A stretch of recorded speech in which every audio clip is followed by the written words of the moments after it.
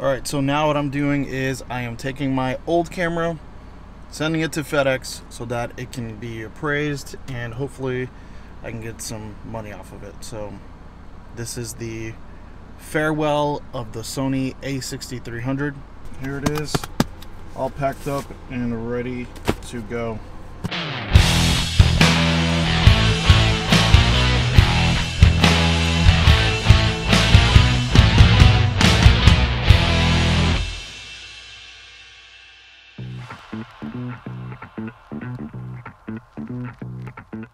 What's up everybody, Isaac Moresco here. Thank you so much for clicking on this video, watching it, all that jazz, whatever. Today I've got some pretty exciting news as far as my cameras. The time has come. I had to part ways with my Sony A6300 in order for me to get this.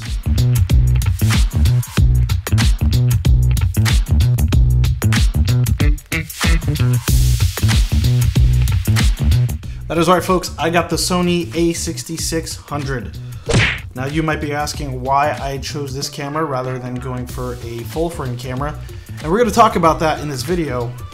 But let me lay down the foundation of the reasoning as to why I got this camera.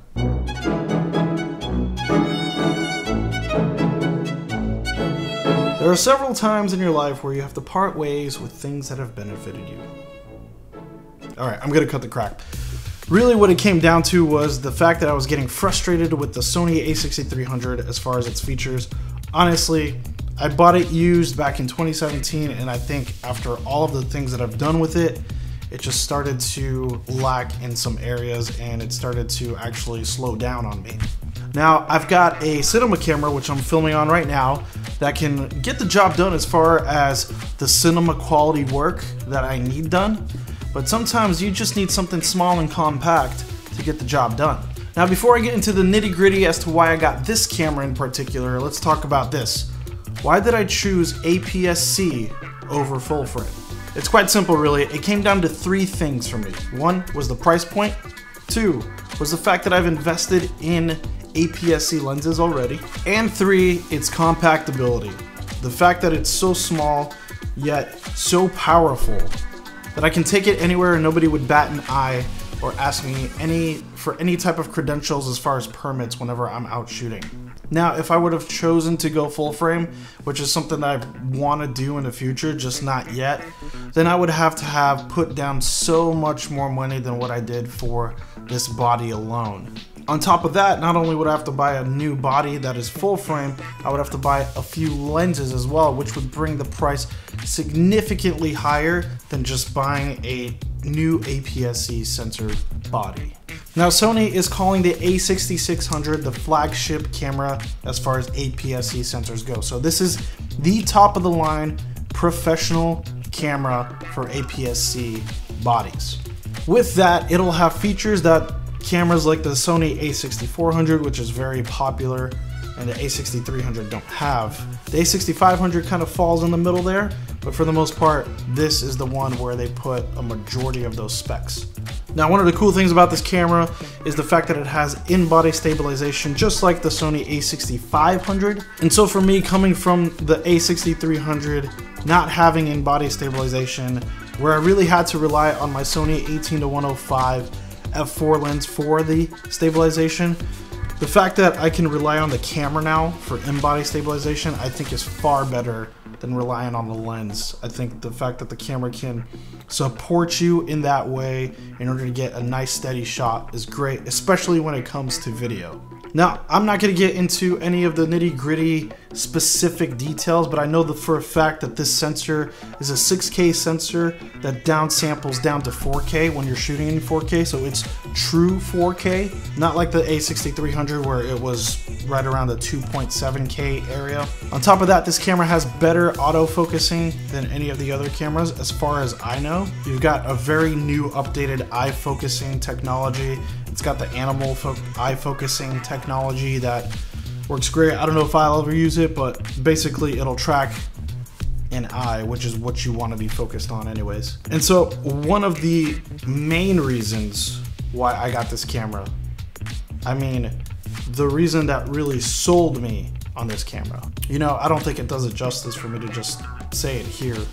I think I gotta go outside for this, because this is a big deal, okay? Stick with me.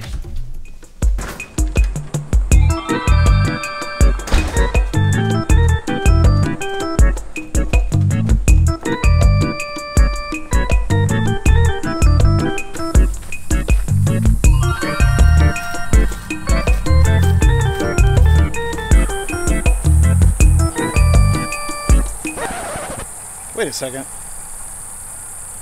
Where the heck am I? How do I end up here? Sheesh. So I walked a little too far. Ah, there it is.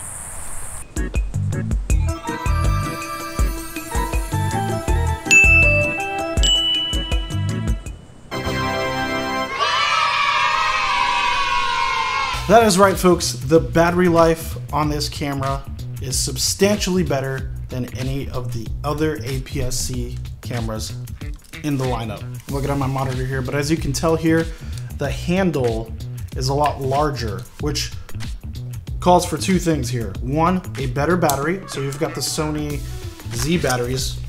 You've got the Sony Z batteries that they're using, which is substantially bigger than the other batteries. Let me show you the other batteries real quick. So this was the battery for the A6300, and this is the battery for the a6600. Look at that difference right there. I mean, come on, folks. So that means better battery life. We could talk specs and all that stuff later, but as far as I know, when you're shooting photos, raw photos, you can have up to 810 shots before you have to switch out the battery, which is crazy. I have yet to test out the capabilities as far as shooting 4K. Obviously, if you're shooting 4K continuously, you're going to be draining your battery a lot more. But it's good to know that when I'm shooting, I don't have to worry so much about the battery or swapping out the batteries or taking a handful of batteries. That's just going to take up space in my camera bag. So that's a huge bonus. That's a huge plus for this. The second thing about this grip is the fact that I can actually grab it normally. The A6300 had it cut off halfway, which made it feel like I had monster hands. This has kind of like the full frame grip feel. So I can wrap my fingers around it, know that I'm well gripped, well applied, and it won't fall out of my hands, and it just feels a lot better. It just feels great. And so that's pretty much all I've got. I'm not really gonna go into all of the details as far as this camera goes. I've only had it for a week. I did use it for a product shoot for a client recently. Here are some of those images.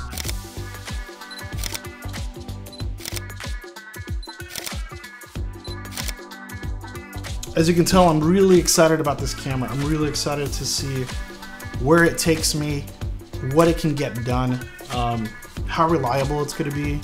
And maybe I'll just make a video in about 6 months to a year to kind of see, well, where I'm at with this camera. I know that a lot of you have some of those hyped cameras in your shopping carts right now, but let this be one of those videos to kind of help you pump the brakes and reevaluate kind of what you're working with. Is it worth spending all that money on a full frame, or can you just get a new body for your APS-C lenses? Maybe you can get something like this and save some money, buy some better lenses, and still get great quality imagery.